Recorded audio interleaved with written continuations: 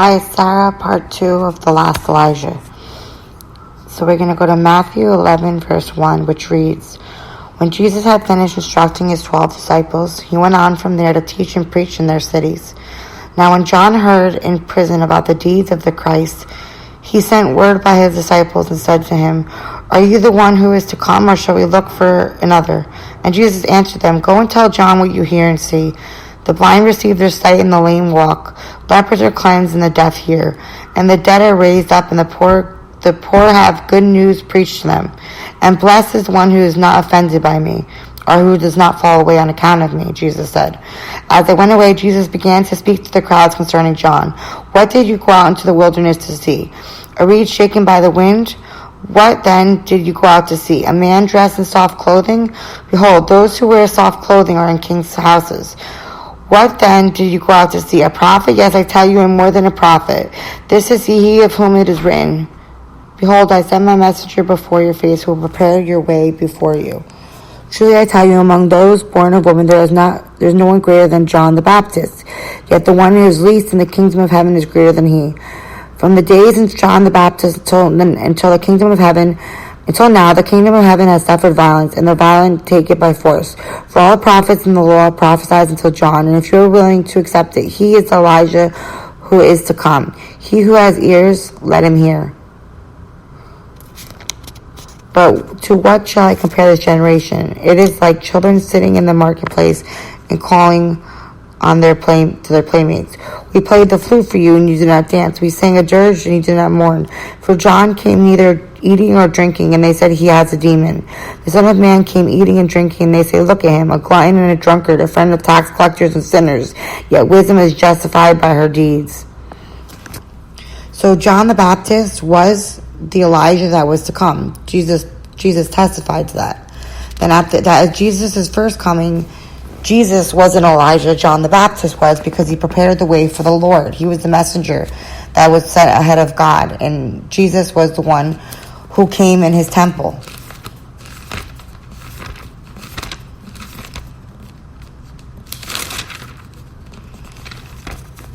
He says in John,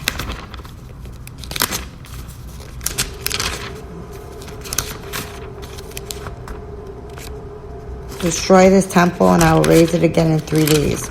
But the temple he had spoken of was his body.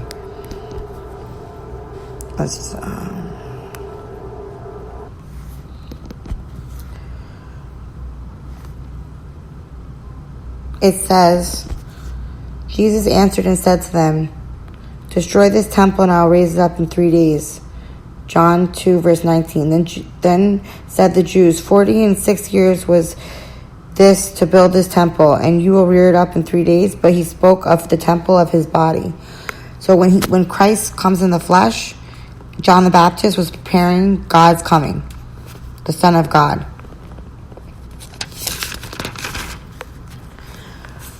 But what was prophesied in the Old Testament, which is a shadow,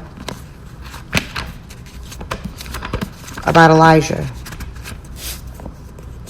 We go to 2 Kings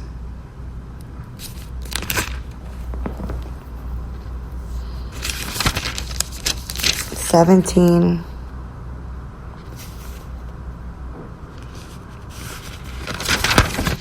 verse 11. As she was going to bring it, he called to her and said, Bring me a morsel of bread in your hands. This is the widow of Zarephath. And he said to them, As Lord your God lives, I have nothing baked, only a handful of flour in a jar and a little oil in a jug. And now I am gathering a couple sticks that I may go and to prepare it for myself.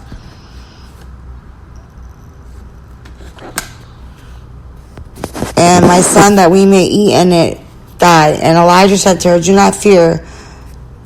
Go and do as you have said, but first make a little cake of it and bring it to me, and afterwards make something for yourself and your son. For thus says the Lord, the God of Israel,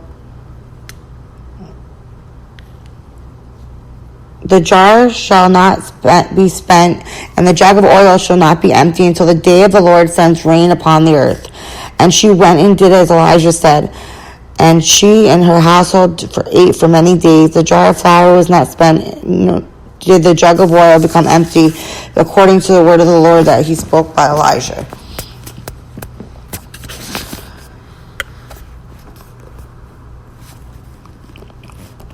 After Elijah confronts Ahab. After many days, the word of the Lord came to Elijah in the 3rd year, saying, Go, show yourself to Ahab, and I will send rain upon the earth. So Elijah went to show himself to Ahab. Now the famine was severe in Samaria, and Ahab called Obadiah, who was over the household. Now Obadiah feared the Lord greatly, and when Jezebel cut off the prophets of the Lord, Obadiah took 100 prophets and hid them by 50s in a cave and fed them with bread and water. And Ahab said to Obadiah, Go throughout the land to all the springs of water and to all the valleys. Perhaps we may find grass and save the horses and mules alive, and not lose some of the animals. So they divided the land between them to pass through it. Ahab went in one direction by himself, and Obadiah went in another direction by himself. And as Obadiah was on the way before Elijah met him, and Obadiah recognized him and fell on his face and said, Is it you, my lord Elijah? Then he answered him, It is. Go tell your Lord, behold, Elijah is here. And he said, How have I sinned that you would give your servant into the hand of Ahab to kill me? As the Lord your God lives, there is no nation on our kingdom where my Lord is not sent to seek you. And when they would say he is not here, he would take an oath to the kingdom or nation, and when they had not found you. And now you say, Go tell your Lord, behold, Elijah is here. And as soon as I have gone from you, the Spirit of the Lord will carry you I know not where. And so when I come and tell Ahab he cannot find you, he will kill me, although I, your servant, have feared the Lord from my youth. Has it not been told, my Lord, that I did when Jezebel killed the prophets of the Lord? How I hid 100 men of the Lord's prophets by 50s in a cave and fed them bread and water. And now you say, Go tell your Lord, behold, Elijah is here. He will kill me. And Elijah said, As the Lord of hosts lives, before whom I stand, I will surely show myself to him today. So Obadiah went to meet Ahab and told him, and Ahab went to meet Elijah. When Ahab saw Elijah, Ahab said to him, Is it you, O troubler of Israel? And he answered, I have not troubled Israel, but you have in your father's house, because you have abandoned the commandments of the Lord and followed the Baals. Now therefore gather all Israel to me in Mount Carmel, and the 450 prophets of Baal and 400 prophets of Asherah who eat at Jezebel's tables. Then if we count, that's 850 false gods, or other gods, or sun god worshippers, and Asherah poles, that's idol worshippers. That's other gods. So Jezebel's table, Baal had 450 and 400 at the false idols. So they're all false gods, 850 prophets.